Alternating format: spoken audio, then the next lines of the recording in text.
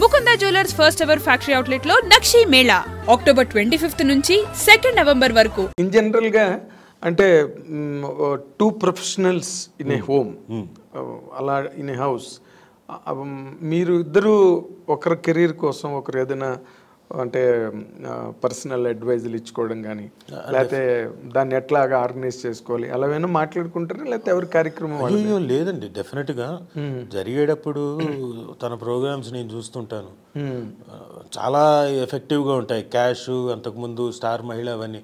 Star మహిళ తను మానేసేటప్పుడు నేను చాలా బాధపడ్డాను.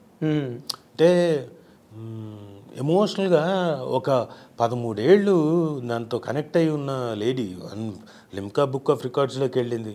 And I think she will definitely అవన్నీ కరెక్ట్ సబ్మిట్ చేస్తే గిన్నిస్ బుక్ కూడా వస్తుంది. సో 13 ఏళ్ళు కష్టపడింది, ఎవ్రీ డే 4 ఎపిసోడ్స్. నేను చెయ్యలేదు, కానీ నేనే అంత ఎమోషనల్గా ఫీల్ అయితే తను ఎంత ఎమోషనల్గా ఫీల్ అయ్యి ఉండాలి కదా. అంటే తనకున్న రీజన్స్ తనకున్నాయి. అంటే డ్రైన్ అయిపోయింది ఎనర్జీ. అంటే మిగతా ఉన్నాయి, ప్రోగ్రామ్స్ ఉన్నాయి, అఫ్కోర్స్ అవన్నీ చెయ్యాలి కొంత. ఎందుకంటే కూతురు she is coming in to teens, so now she has to focus on her అని చెప్పేసి షీ లెఫ్ట్. నేను అది గ్రహించలేదు. నువ్వు ఎందుకు వదిలేయడం, చెయ్యి అని నేను. అదే ఈ యాంగిల్ నీ మైండ్లో? నాకు మైండ్లో లేదు. ఎందుకు వదిలేయడం, చెయ్యి అని నేను అంటే, లేదు నాకు తెలియదులే అని. సరే నీ ఇష్టం అని. అప్పుడు బాధ అనిపించింది. ఆ ఫేర్వెల్ వీక్ మొత్తం అంతా స్టార్ మహిళ. అలాగే క్యాష్ మారిపోతున్నప్పుడు అది బాధ అనిపించింది. అయ్యో బ్రహ్మాండంగా ఉంది కదా, ఎందుకు ఇప్పటికిప్పుడు తీయడం అంటే, లేదు దే వాంటెడ్ టు రీవ్యాంప్, కొత్త కొంచెం ఏదో ఒకటి రీవ్యాంప్ చేయాలనుకున్నారు, అందుకని. సరే okay, but any programme it is successful, చలో ఓకే. ఓకే, తనకు మళ్ళీ అంటే తను కూడా స్లోగా వర్క్, అలాంటి వర్క్ తగ్గిస్తోంది. ఎందుకంటే షీ హ్యాస్ ఈ మన ఫిలిం ఉన్నాయి కదా ఫంక్షన్స్, అవన్నీ దానికి ప్రిపేర్ అవ్వాలి కంపల్సరీ. ఆ రోజు ఏంటి కొత్తగా ఏదో ఒకటి చేయాలి, ఎవ్రీ ఫిలింకి తను ఏదో కొత్తగా ఏదో చేయాలి కదా. కాబట్టి కూర్చొని నోట్స్ రాసుకొని అన్నీ ఎంత అనర్గళంగా చెప్తుందో అసలు. దాన్ని ఏమంటారు వాళ్ళు, స్పాన్సరర్స్ ఉంటారు కదా, ఆ స్పాన్సరర్స్ 6 ఉన్నా 8 మంది ఉన్నా డజన్ ఉన్నా అలా నోట్లోంచి అలాగా అనర్గళంగా వచ్చేస్తాయి. అంటే ఎంత హోంవర్క్ చేసి ఉంటుందా అనుకుంటాను నేను. ఖచ్చితంగా నేను అనగానే ఒకరోజు అన్నా కూడా, అసలు ఏం తింటావు సుమా ఇంటి దగ్గర నువ్వు అని, అంతలాగా మాట్లాడడానికి హౌ మచ్ ఆఫ్ ఎనర్జీ పైగా ప్రిపేర్ అవుతుందండి బాగా. కాకుండా తనకి ఒక 2 4 ఉన్నారు, షీ పిక్సప్ అందులోంచి ఎవరినో ఒకరిని రైటర్ని. లేదు తినకు కుదిరితే తినే రాసుకుంటుంది. ఓకే, ఎవరినైనా తిని ఇంకా బిజీగా ఉందనుకోండి, కొంచెం మీరు ఏదైనా 4 మాటలు వాక్యాలు రాసి ఇవ్వండి, డిస్క్రిప్షన్ అడ్రస్ చేయడానికి, అబౌట్ హీరో కానివ్వండి, అబౌట్ దాట్ పర్టికులర్ టైటిల్ గురించి కానివ్వండి అని, ఇవన్నీ ప్రిపరేషన్ ఉంటుంది. ఓకే, సో హార్డ్ వర్క్, చాలా హార్డ్ వర్క్ అండి. సింపుల్గా ఆ రోజున లైవ్ కాబట్టి అప్పటికప్పుడు వచ్చి చేసేయడం ఏం కాదు. అవును, దానికి ప్రిపరేషన్ ఉంటుంది, చాలా హోంవర్క్ కావాలి దానికి. స్టేజ్ ఎక్కిన దగ్గర నుంచి భయమే కదండి, అన్లెస్, ఎందుకంటే ఇంతమంది స్పాన్సర్స్, ఇంతమంది గెస్ట్లు, ఇంతమంది వచ్చేవాళ్ళు. సడన్గా ఇప్పుడు లిస్ట్లో ఉన్నవాళ్ళు ఒకళ్ళు ఉంటారు, అప్పటికప్పుడు వచ్చేవాళ్ళు కూడా ఉంటారు గెస్ట్లు, లేని అనుకోకుండా సడన్గా అనుకోకుండా ఆ రోజుకి ఆ రోజు ఫిక్స్ అయి ఉంటారు. అప్పుడు వాళ్ళని కూడా చూసి అడ్రస్ చేయాలి కదా. ఎగ్జాక్ట్లీ, చేయకపోతే కష్టం కదా. అవును, అనుకోని అతిథులు వస్తుంటారు అప్పుడప్పుడు. సో అది కూడా తనకి అందరు తెలుసు కాబట్టి చాలా ఈజీగా హ్యాండిల్ చేస్తుంది. అవును, ఇప్పుడు కొత్త వాళ్ళ సబ్జెక్ట్నైనా అంత ఎఫర్ట్లెస్గా ఎలాక్వెంట్గా హ్యాండిల్ చేస్తుంది. అంటే ఇన్ జనరల్గా ఇది కేవలం మీ ఫ్యామిలీతో నాకున్న అటాచ్మెంట్తో అడుగుతున్న ప్రశ్న ఇది. ఎలాగంటే ఒక బిజీ వైఫ్, ఒక స్టార్డమ్లో ఉన్న వైఫ్, ఒక హస్బెండ్ ఉన్నప్పుడు మనకి ప్రైడ్ అండ్ ప్రెజుడిస్ అని ఒక నవల, జాన్ ఆస్టన్ రాసిన నవల ఒకటి వచ్చింది. తర్వాత అభిమాన్ అని హిందీలో వచ్చింది ఒక సినిమా. ఇలా ఇది నార్మల్ కోర్స్ హ్యూమన్ సొసైటీ. అలాంటివి ఏమైనా ఉంటాయి మీ మధ్యలో? లేదండి, ఎందుకంటే అంటే తను ఒకవేళ యాక్టింగ్ వైపు కనుక వచ్చి ఉంటే అప్పుడేమో టోటల్గా తనకి కంపేరింగ్, యాంకరింగ్, అటు కదా మాస్టర్ ఆఫ్ సెరమనీస్గా ఎంసీ కింద వెళ్ళిపోయింది కాబట్టి షీఈ్ నాట్ ఏ విధంగానూ ఈ పర్టికులర్ నా జాబ్ యాక్టింగ్ కాదు. అవును కాబట్టి లేదు నాకు. అదే ఒకవేళ ఉండుంటే ఏమైనా వచ్చిండేదేమో నాకు తెలియదు. సో లేదు ఏమంటే ఏమో జయమ్మ పంచాయతీ చేసింది కాబట్టి అలాంటివి ఏమైనా ఇంకో 4-5 వస్తే అప్పుడు నాకు కూడా ప్రైడ్ అండ్ ప్రెజుడిస్ లాంటిది స్టార్ట్ అవుతుందేమో. అదేలే, ఇప్పటికైతే లేదు. అయితే తను ఏదో చెప్పబోతున్నావు. తను నాకు ఏంటంటే నేను చేసే సినిమాలకి నువ్వు ఎందుకు ఇలాంటివి సింగిల్ సీన్లు అలా వచ్చి చచ్చిపోయేది ఎందుకు? అదే మొన్న ఎప్పుడు స్టేజ్ మీద కూడా మా ఆయన్ని ప్రతి సినిమాలో చంపేస్తున్నారు మీరేంది, ఎందుకు చేస్తున్నా? అరే నాకు వచ్చినప్పుడు నేను ఐ కాంట్ సే నో.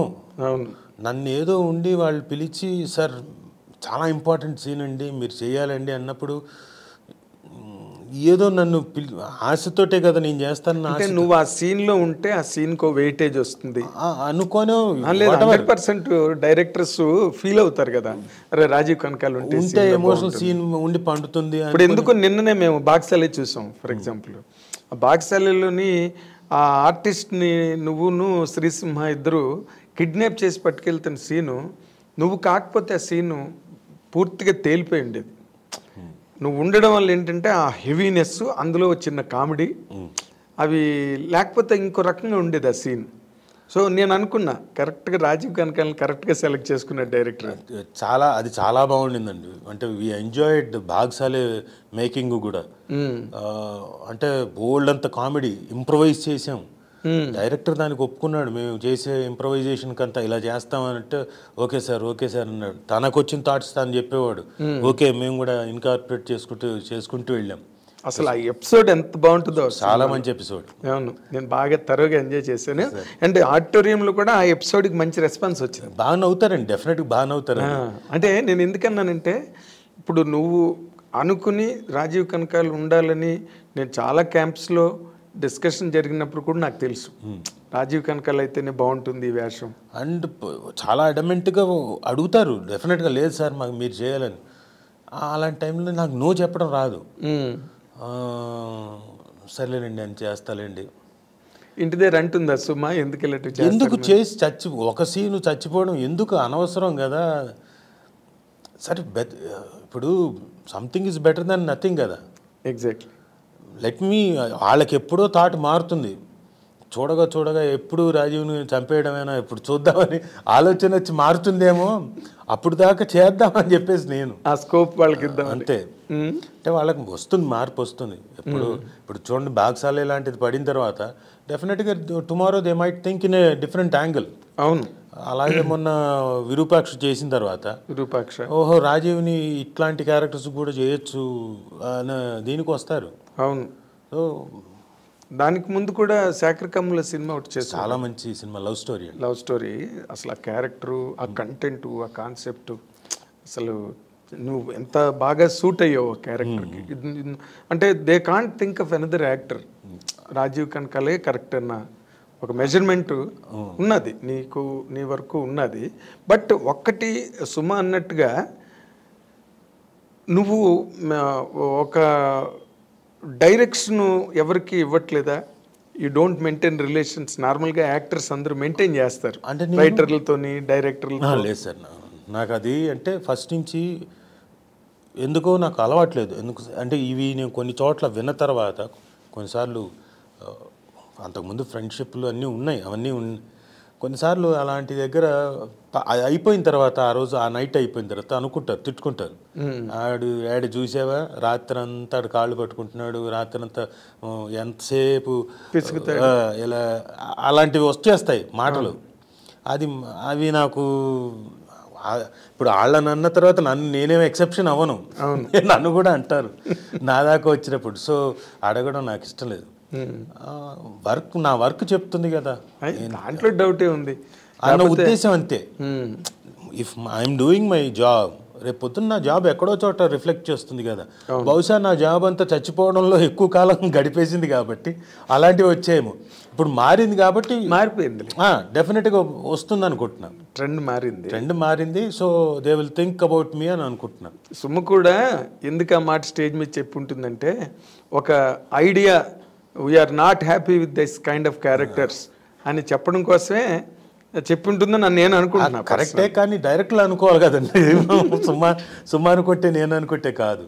అంటే వాళ్ళకి పర్టికులర్గా ఆ సీన్ చాలా ఎమోషనల్ సీన్స్ ఉంటాయి సార్, హై పాయింట్స్ ఉంటాయి సినిమాలో. అది పండాలంటే they have to have a very good actor with in a short స్పాన్లో దాన్ని పండించగలిగే యాక్టర్ కాదు. కొన్ని సీన్లు అయినా వెంటనే ఎస్టాబ్లిష్ అయ్యి అంతే. నీకోసం ఒక 50 సీన్లు రాయలేరు కదా క్యారెక్టర్.